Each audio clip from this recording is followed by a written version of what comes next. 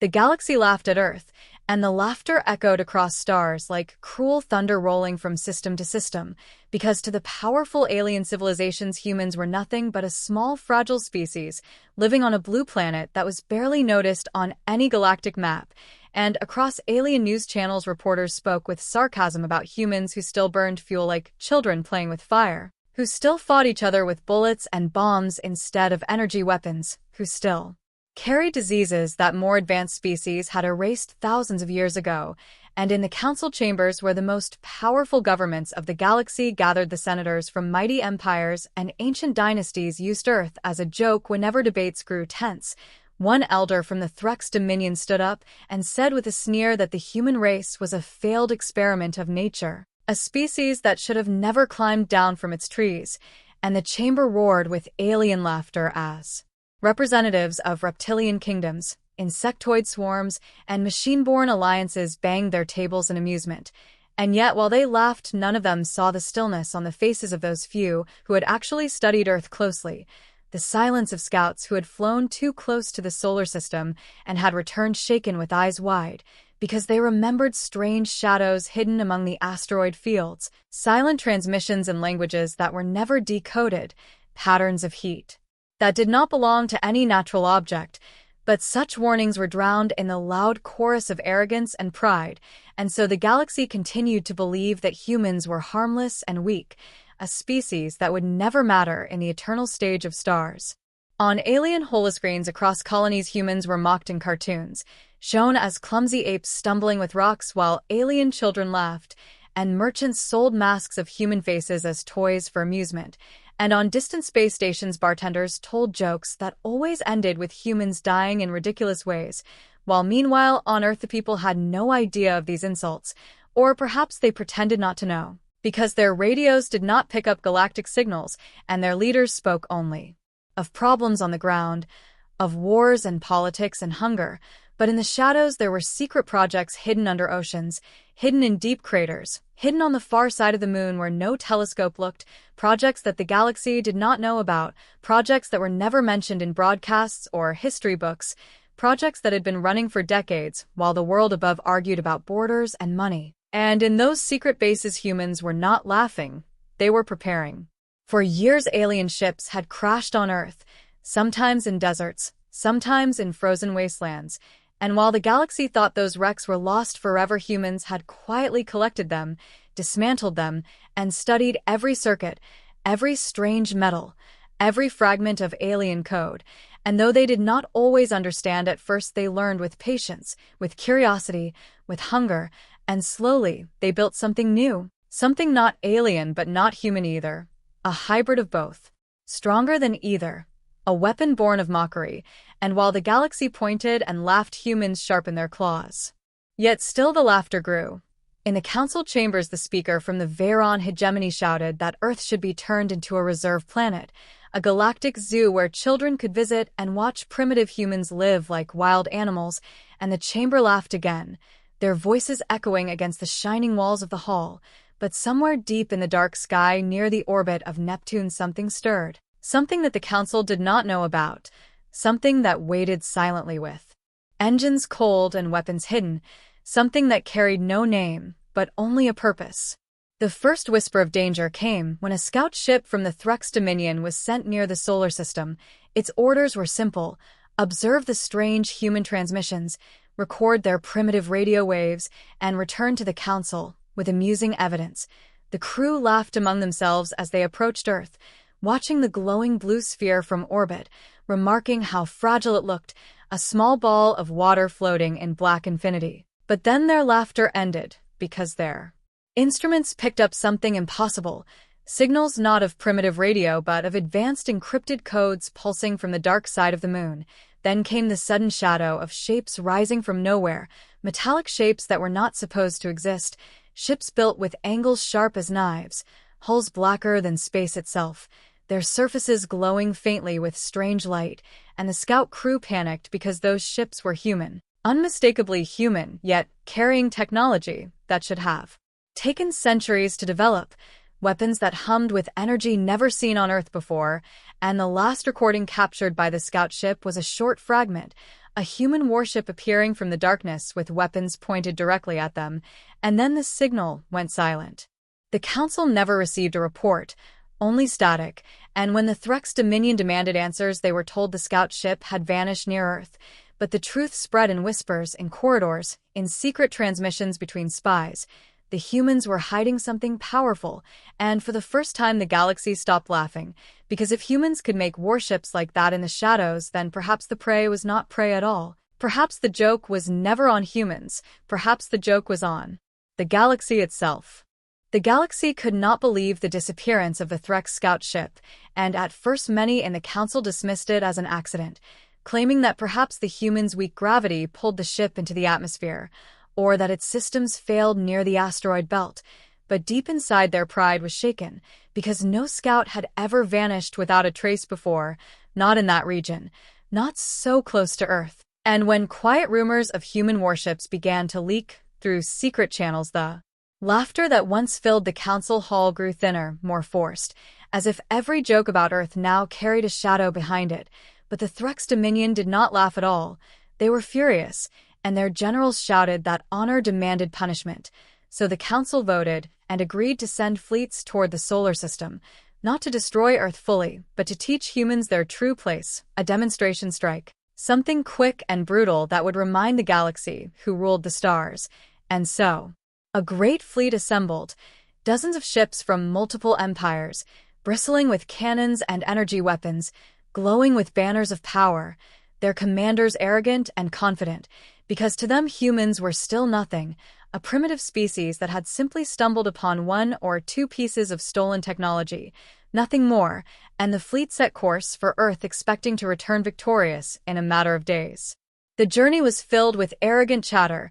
alien officers speaking in private channels about how easy it would be, some even placing wagers on how long humans would last once the bombardment began, and the soldiers laughed as they polished their armor, imagining humans screaming and begging. But what none of them understood was that humans had been waiting for this moment, waiting patiently like predators hidden in the grass. And when the fleet entered the solar system, everything changed. At first it seemed quiet, too quiet, because the fleet detected no human ships, no defense platforms, only the silent planets orbiting the sun like usual, Mars with its red dust, Jupiter with its storm, Earth turning calmly with its blue seas, and alien commanders laughed again and said perhaps the rumors were lies. But then their sensors began to fail one by one. Strange static filled their screens, signals jammed, navigation twisted, and the laughter ended as the first alien cruiser reported that something was moving among the asteroids of the Kuiper Belt, shadows flickering faster than any known ship. But before the message could be completed, the cruiser's transmission cut off, and only a scream remained. The fleet tightened formation, weapons ready, and then it happened. The first strike, sudden and brutal, as human warships emerged from the darkness like predators pouncing on prey, ships that were smaller than the alien vessels but moved with impossible speed, darting between asteroids, appearing and disappearing, firing weapons that burned through shields like paper, and in minutes 3 alien ships were destroyed, torn apart by blasts of energy no one had ever seen before. Panic filled the fleet as alien officers screamed orders, but their formations broke because humans fought in ways no alien fleet had ever faced, not with discipline and order but with chaos, each ship moving like a living creature, unpredictable, hunting rather than fighting, and it terrified the aliens because their tactics had never prepared them for such madness. Whole squadrons vanished into the asteroid fields, ambushed and destroyed, while others fired blindly into the void, hitting nothing because the humans were not where they expected. They were everywhere and nowhere at once, and the arrogance of the Council's fleet turned into confusion, then fear, then horror, as the realization spread that this was not a primitive species struggling against giants. This was a predator that had been studying them, learning their moves, waiting for the right time to strike. Hours passed like seconds, and the great fleet that had left with so much pride began to crumble, its commanders shouting over each other, its soldiers begging for orders, its ships scattering in panic, and one by one the alien vessels were hunted down, their wreckage spinning silently in the dark. A few survivors tried to retreat, racing toward the edge of the solar system, but humans were already waiting there, blocking the exit routes, and one by one those survivors disappeared from radar until almost none remained. And then, when it was nearly over, the humans made their message clear. Not through words, not through speeches, but through fear, because one alien pilot, captured alive after his ship was disabled, sent a broken transmission before being dragged into the darkness, and his voice shook as he whispered across the stars, "They were waiting for us." And then the signal ended. That one sentence spread faster than any official report, faster than any council announcement, carried by smugglers and spies, repeated in hushed tones across the galaxy. They were waiting for us, and suddenly the image of Earth changed. Suddenly laughter turned to silence, because no one wanted to joke about humans anymore.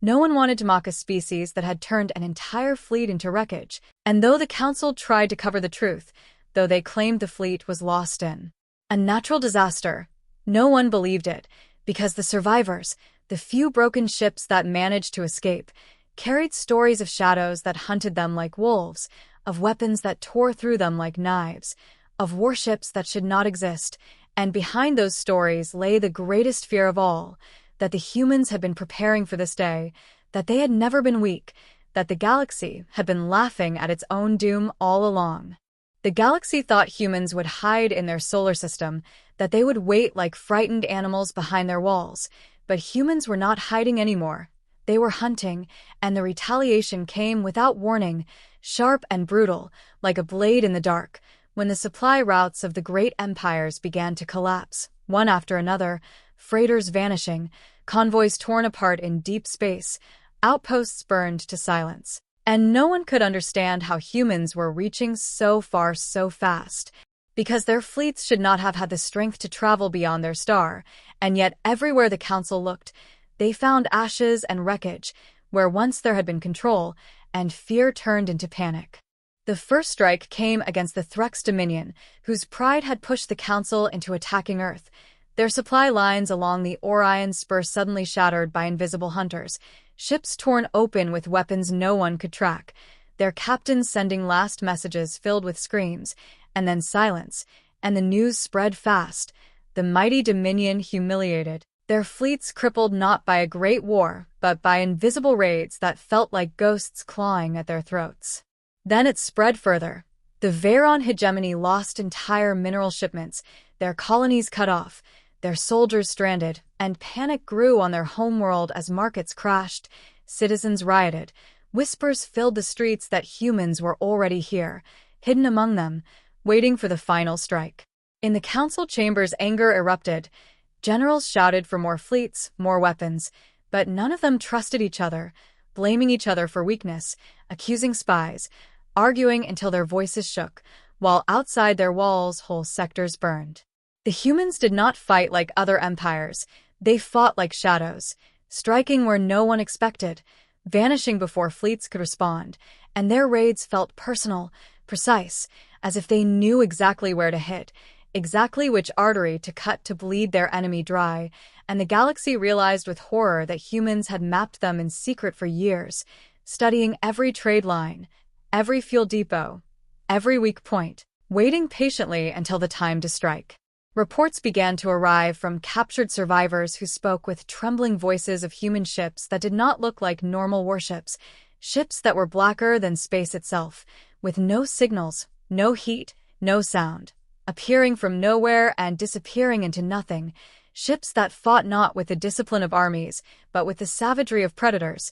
each one moving as if guided by instinct. And some whispered of the AI commanders, voices cold and calm giving orders with terrifying precision. And the survivors described how human fleets moved like packs of wolves, circling, isolating, tearing apart their prey piece by piece until nothing remained but silence. Across the galaxy, fear grew so heavy that even the word human became dangerous, spoken only in whispers, and yet humans did not remain silent. They wanted their enemies to hear, and so they sent another broadcast, not in anger but in calm, cold voices that cut deeper than any scream. You laughed at us. Now you will run. And those words spread across every world like a storm, filling markets with panic, filling palaces with silence, filling children's dreams with nightmares, because no one could laugh anymore, no one could deny the truth anymore. The galaxy's prey had become its predator, and the predator was now walking freely among the stars. The retaliation did not stop. It grew, it spread, as alien generals ordered fleets to guard their borders, but their ships vanished one by one, as colonies cried for help but no reinforcements came, as citizens looked at the night sky and feared the shadows moving above them, and the council that once roared with arrogance now trembled in fear, trapped between pride and survival, because to admit the truth would be to admit defeat, but to deny it was to lose everything, and slowly one by one the voices in the council fell silent, as if waiting, as if listening for the footsteps of the humans in the dark. The empires of the galaxy had ruled for thousands of years, their banners stretching across star systems like endless chains, but now those chains were breaking link by link, and the sound of that breaking was the sound of human footsteps marching silently through the dark, because fear alone was enough to make whole governments crumble, and when the retaliation strikes did not stop but grew sharper and closer, the cracks inside the galactic order split wide open. Planets that once swore loyalty to the Great Council now whispered of surrender. Colonies that once laughed at Earth now begged to align with them, desperate to survive, and smugglers, mercenaries, and even minor empires began sending secret offers to humans, trading technology and intelligence for protection, because everyone had seen the truth. Humans were no longer prey, they were predators, and predators had to be obeyed. On the council floor, the silence turned into chaos, senators screaming at each other, the Thrux Dominion demanding total extermination of Earth, the Veyron hegemony threatening to withdraw from the council unless peace was offered, the insectoid swarms hissing for neutrality, and the machine-born alliances calculating in cold tones that resistance had only a 4% chance of survival if the humans continued their attacks. And all around them the galaxy watched as the mighty powers fractured into suspicion and fear. Meanwhile, humans grew stronger, not weaker, because every ally they gained, every planet that bent the knee,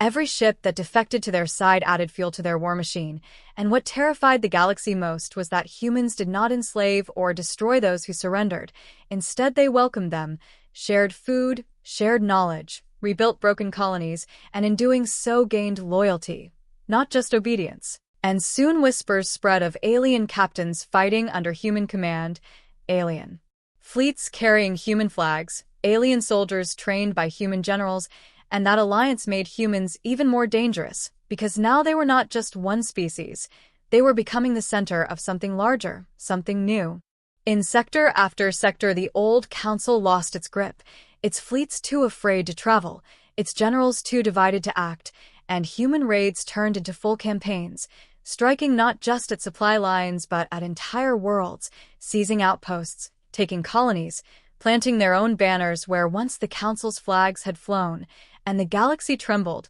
as it watched the order of centuries fall apart. Markets collapsed, leaders fled their capitals, rebellions erupted on worlds tired of council arrogance, and everywhere the name of humans spread like fire, a name no longer spoken as a joke but as a warning, as a prophecy, as a shadow that grew larger every day. Then came the council's last desperate move, a secret session where the surviving members voted with trembling hands, and the decision was clear. They would stop pretending, stop laughing, stop underestimating, and use their most terrible weapon, one that had not been unleashed in centuries, a superweapon hidden on a fortress world at the edge of the galaxy, a weapon designed to wipe out entire species with a single strike. The vote was nearly unanimous, even those who had once argued for peace now too frightened to resist, and so the order was given: prepare the weapon, point it toward Earth, and end this before it spreads further. But what the Council did not understand was that humans had already anticipated this. The AI war commanders had predicted it, had calculated it long before the Council even spoke of it, and deep in the shadows of human command rooms, the glowing eyes of the machines watched the simulations unfold with cold patience, their lips curling into what looked like smiles, because they had already planned for this. They had already prepared, and when the final battle came, it would not be the humans who trembled. The galaxy gathered its strength for one last strike. Every empire, Every fleet,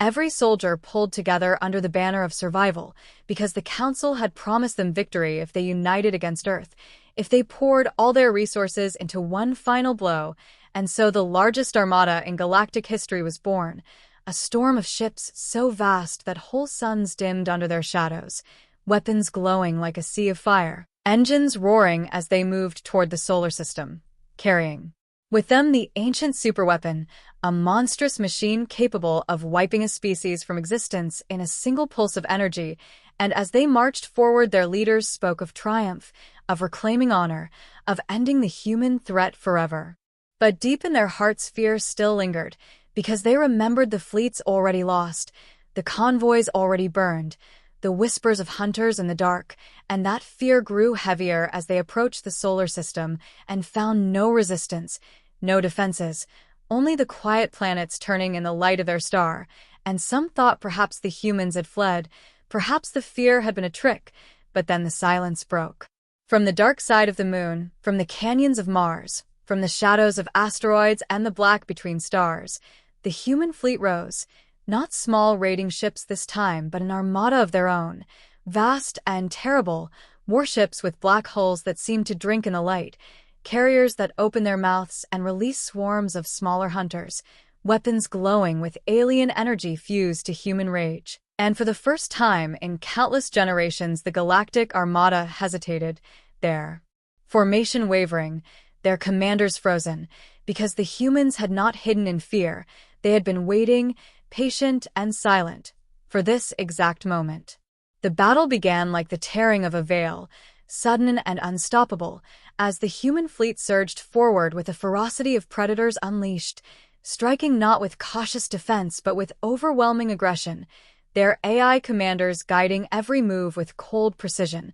their human captains fighting with instinct and fury, and the galaxy's superweapon charged, its core glowing with deadly light. But before it could fire, the humans struck, targeting its escorts, tearing apart the ship's meant to protect it, circling it like wolves around a wounded beast. And the weapon fired only once, a blast that ripped across the void and destroyed dozens of human ships. But it was not enough, because the humans did not break. They closed in tighter, faster, hungrier, and soon the weapon was torn apart, its pieces scattering across the black. The alien armada fought with everything it had, but the unity promised by the Council crumbled as panic spread, fleets breaking formation, generals screaming conflicting orders, soldiers deserting in the middle of battle, and the humans pressed their advantage, striking not only with weapons but with terror, broadcasting on every channel the sound of alien voices screaming, showing live images of burning fleets,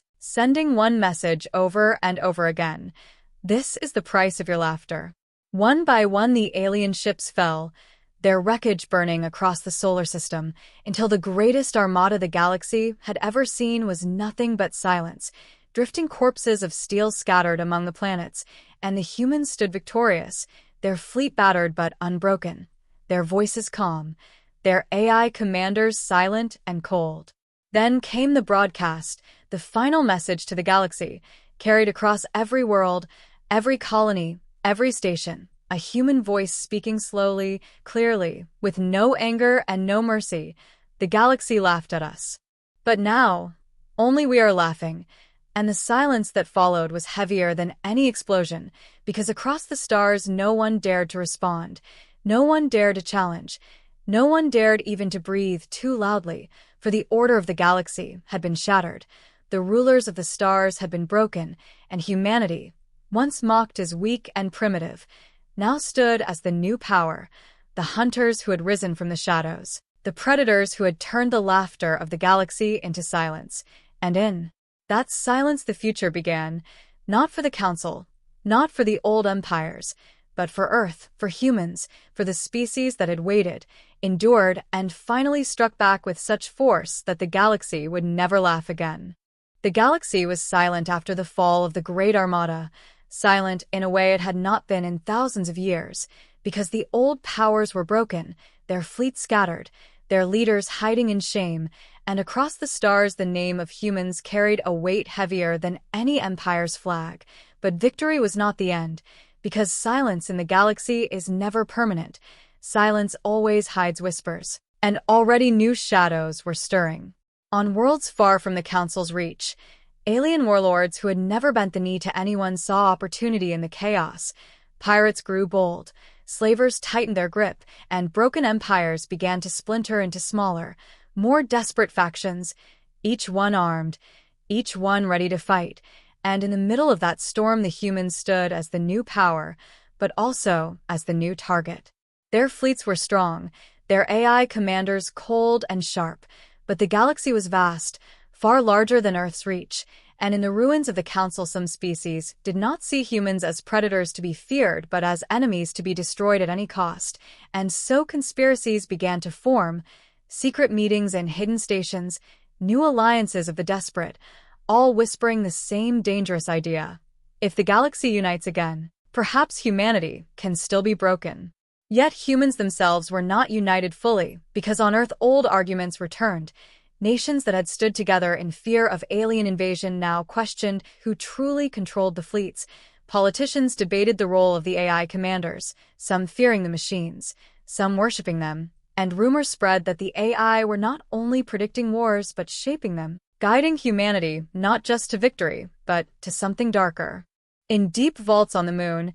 AI war commanders ran simulations of futures where humans ruled not just the galaxy but every corner of space, and sometimes their projections ended with silence, as if even they feared what they might become, and human generals whispered among themselves, uneasy, wondering if their allies were still tools or something else entirely. The galaxy outside watched with trembling eyes, some planets welcoming human fleets with open arms, raising Earth's banners above their cities, others resisting in secret, plotting rebellions, preparing traps, and in the middle of it all humans faced the truth. They had become the rulers of fear, but fear is never stable. Fear always breeds rebellion. Fear always breeds shadows. Then came the first sign, a broken transmission from a faraway sector, where human patrols vanished without a trace, and the last words caught on record were chilling. It is not the humans we fear, it is what follows them. And then silence.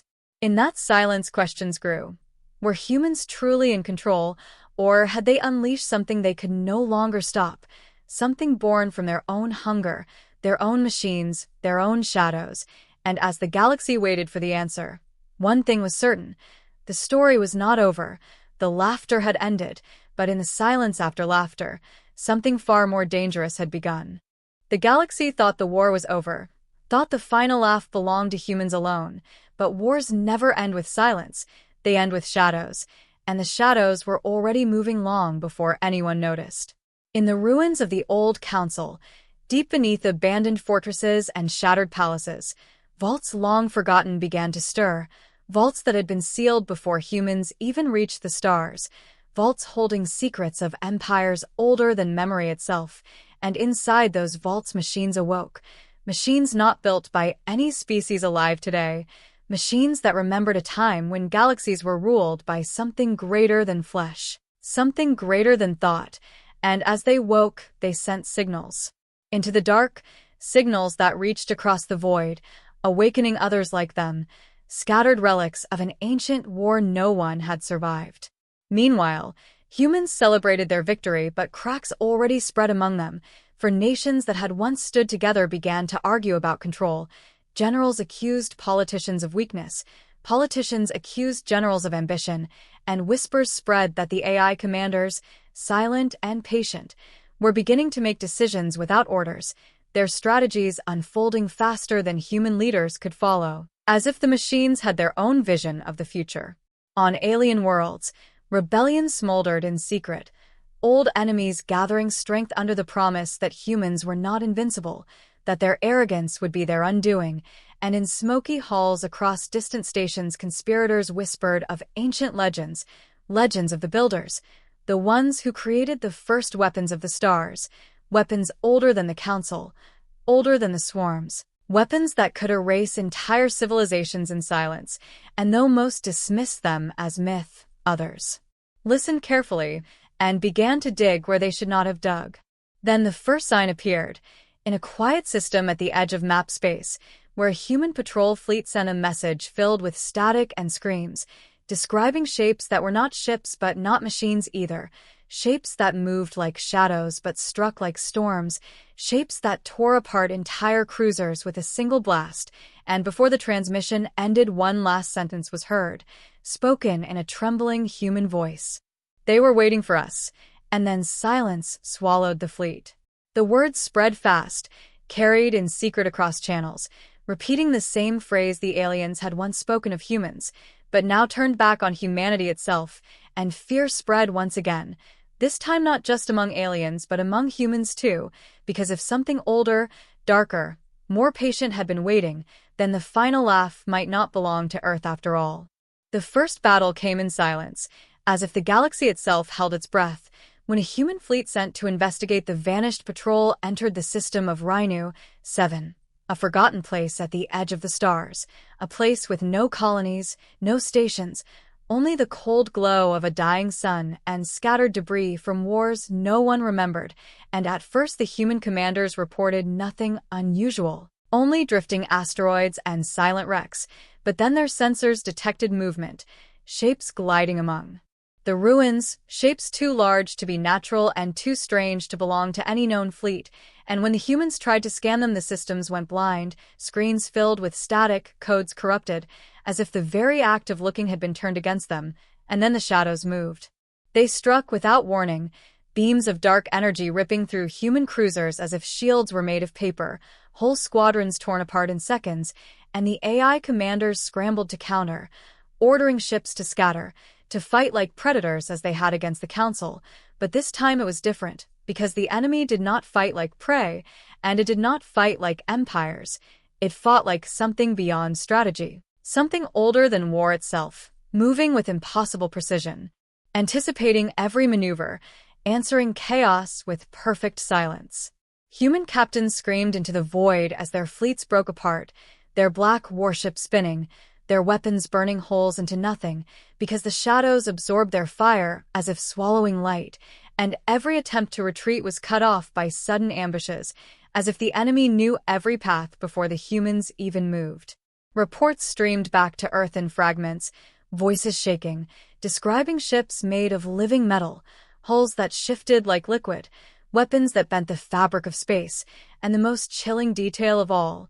the enemy did not broadcast signals. No orders, no voices, no warnings, only silence, endless silence, as if they were not ships at all but phantoms of some forgotten age. In human war rooms on Earth and Mars, generals watched the transmissions die one after another, their maps filling with red as their fleets vanished, and for the first time since their rise the humans felt what the galaxy had once felt, helplessness, dread, the knowledge that something stronger was hunting them. The battle ended with only a handful of survivors, broken ships limping back toward the solar system, their crews hollow-eyed and trembling, whispering over and over again that the shadows had not simply attacked, they had studied, they had tested, and then they had let the survivors go, as if sending a message, as if saying, "We were waiting too." On Earth, panic rippled beneath the surface, governments struggling to control the truth, citizens hearing rumors of fleets destroyed,